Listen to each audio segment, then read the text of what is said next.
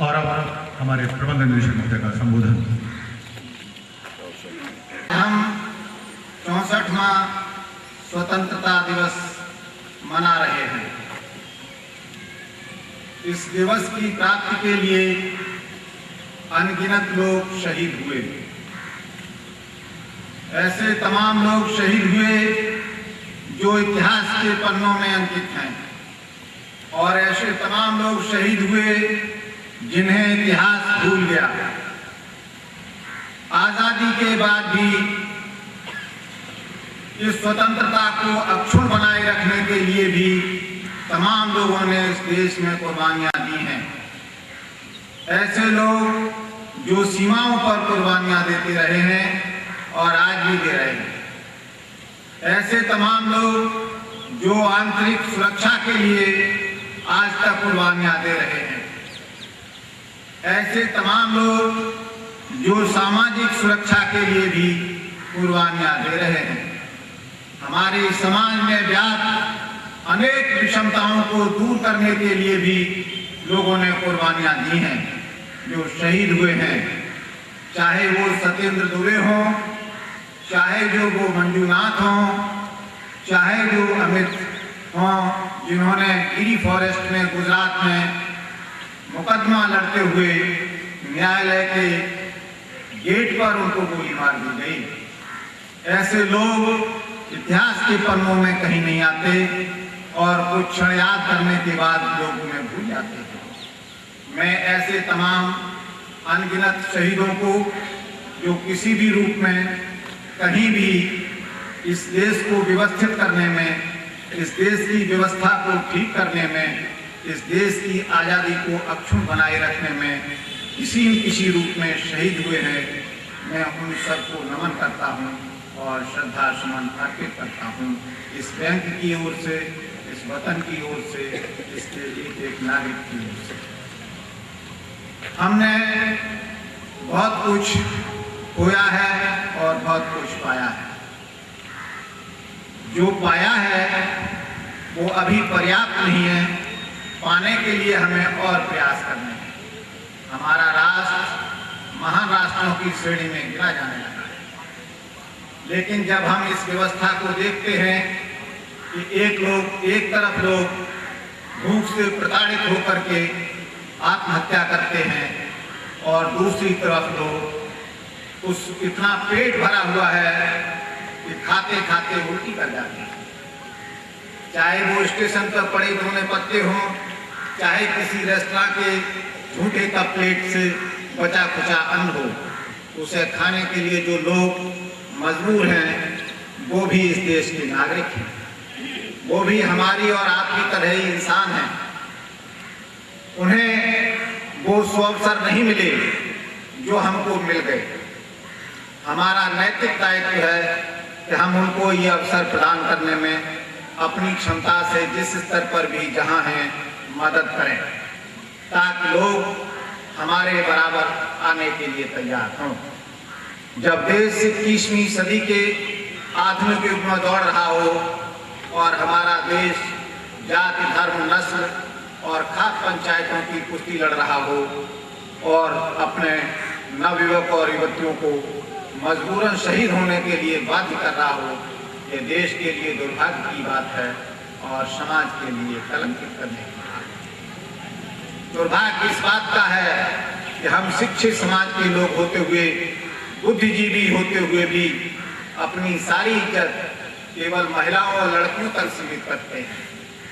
वही कुकृत्य यदि कोई लड़का करता है तो हम उसे बुरा नहीं मानते।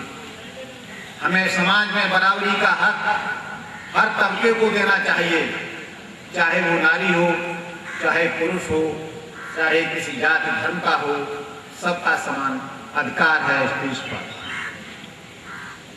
उस अज्ञात शक्ति ने हमको मानव के रूप में पृथ्वी पर भेजा। हमने उसमें हिंदू, मुस्लिम, सिख, ईसाई, हिंदुस्तान, पाकिस्तान और तमाम न जाने कितनी कितनी विविधताओं में बांट दिया। इस बंटने के बाद हमारी बर्बादी शुरू होती है और हम उसमें आपस में लड़ते भिड़ते रहते हैं।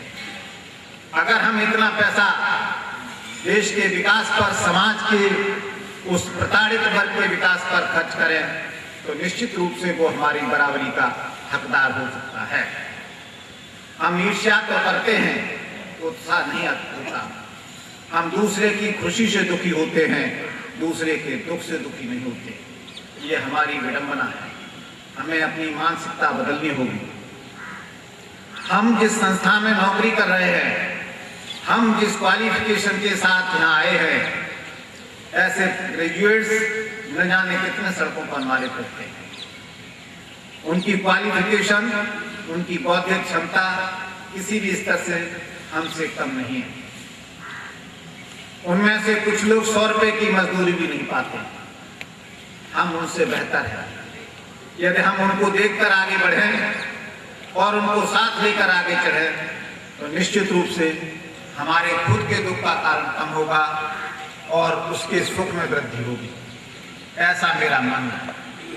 मैं इस बैंक के माध्यम से जिस वर्ग को बिलोंग करता हूं, ये बैंक समाज के उस उत्पीड़ित, दमित, शोषित मजदूर, किसान और सुदूर ग्रामीण अंचलों में निवास करने वाले लोगों का बैंक है, जिनकी मदद के लिए रात दिन तत्पर रहता है।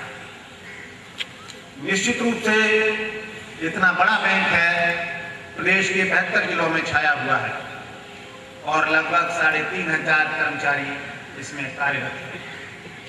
केवल इतना ही नहीं है कि इनकी रोजी रोटी चलती है। हमारी कार्यशैली और कार्यप्रणाली से उन तमाम लोगों को रोजगार मिलता है, पेट भरने का साधन मिलता है, जिनको हम ऋण वितरण करते हैं। और हम ये ऋण वितरण कोई दान में नहीं देते, अच्छा खासा ब्याज देते हैं। हमें उनके हितों का भी अधिकतम ध्यान रखना चाहिए। यदि हम उन लोगों की वाकई मदद करते हैं तो वो आपकी प्रशंसा करेंगे। मैं सबको नहीं जानता, मैं सबके कृत्यों का परीक्षण नहीं कर पाता, लेकिन यदि आप अपने अंतर मन में झांकें और आपको इस बात का एहसास हो कि मेरी आत्मा संतुष्ट है कि मैंने आज जो किया है वो जनहित में किया है और उसमें किसी प्रकार की इर्रेगुलरिटी नहीं की है, तो वो स्वतः पुण्य है। उसे किसी पूजा पाठ, धर्म कर्म कांड की आवश्यकता नहीं है। और यदि आप अंतर मन से मंथन करते हैं और आपको ये ऐसा लगता है कि मैंने आज कोई ऐसा गलत काम कर दिया है जिससे जो है समाज के लोगों को किसी प्रकार क्षति होगी, या जिस बैंक से मेरी रोजी रोटी चल रही है, मैं जिसका नमक खा रहा हूँ, उसको नुकसान पहुँचेगा, ये निश्चित रूप से पाप है। और किसी भी रूप में कोई भी आपका धर्म कर्म कांड इसे मुक्त नहीं कर सकता। इसकी सजा देर अंधेर किसी न किसी रूप में आपको भुगतनी पड़ेगी, और यदि आपके आगे नहीं आई तो आने वाली संतानों को भुगतनी पड़ेगी। मेरी अपेक्षा है और आपसे पूर्ण विश्वास है, आशा है कि आप कोई ऐसा काम न करें जिसकी सजा आपको या आपके बच्चों को भुगतनी पड़े, या आपके कृत्यों से उस समाज को भुगतनी पड़े जिसका आप प्रतिनिधित्व करते हैं। इस बैंक में जो नौकरी करते हैं वो निश्चित रूप से गरीब, मजदूर समाज, किसान वर्ग से निकल के आए हैं और अधिकांश लोग ग्रामीण क्षेत्रों से हैं। हम ग्रामीणों के दुख दर्द को बहुत अच्छी तरह समझते हैं। यहाँ कोई व्याख्या करने की आवश्यकता नहीं है।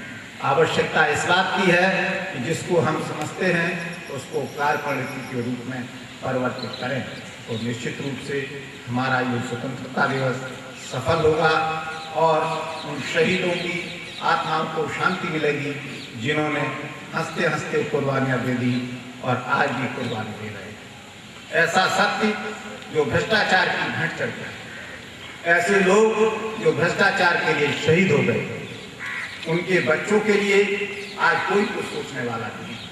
यदि हमारे क्षेत्र में भी कहीं कोई ऐसा व्यक्ति आता है, किसी के बच्चे आते हैं, तो हमें निश्चित रूप से उनकी मदद करनी चाहिए।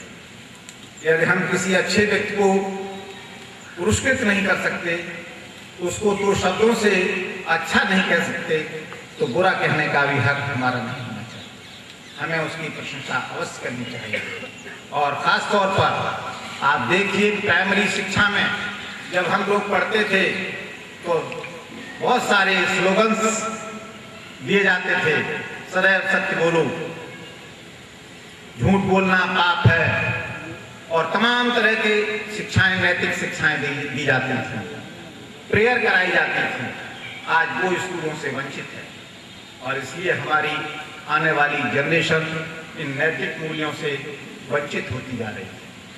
हमारा एक सिद्धांत है, होना चाहिए कि हम अपने बच्चों को उन मूल्यों को सिखाएं, क्योंकि ये आगे चल के हमारे आपका स्थान लेंगे। यदि ये अभी से बिगड़े तो आगे फिर इनको सुधारना संभव नहीं होगा। एक बार फिर मैं आपका बहुत समय न लेते हुए मैं आपसे पूरी इच्छा रखता हूं और कामना करता हूं कि आप सब लोग जिस कुर्सी पर भी, जहां भी, जिस रूप में भी बैठे हैं, उस रूप में अपने पद का, दायित्वों का निर्वहन सुचारू और सकुशल तरीके से करें। आपकी लंबी सर्विस हो चुकी है, आपका दीर्घानुभव है, आने वाली जनरेशन आपसे शिक्षा ले और वो इसमें चार चांद लगाए। अगर हर आदमी अपना अपना उत्थान करने लगे, अपनी संस्था का उत्थान करने लगे, जहाँ काम कर रहा है वहाँ का उत्थान करने लगे, तो राष्ट्र के उत्थान की चिंता करने की आवश्यकता नहीं है, उसका उत्थान स्वतः हो जाता है। शासन की नीतियों को यदि हम सही तरीके से लागू कर पाते हैं तो हमें निश्चित रूप से सफलता मिलेगी। इस स्वतंत्रता दिवस पर एक बार मैं फिर आप सबको, जो यहाँ उपस्थित हैं, जो यहाँ उपस्थित नहीं हैं, और जहाँ तक मेरी आवाज़ पहुँच रही है, उन सभी लोगों को मेरी हार्दिक शुभकामनाएं। आप खुश रहें, आपका परिवार खुश रहे, आपका समाज खुश रहे, तो हम सब स्वतः खुश रहेंगे, ऐसी मेरी शुभकामनाएं हैं।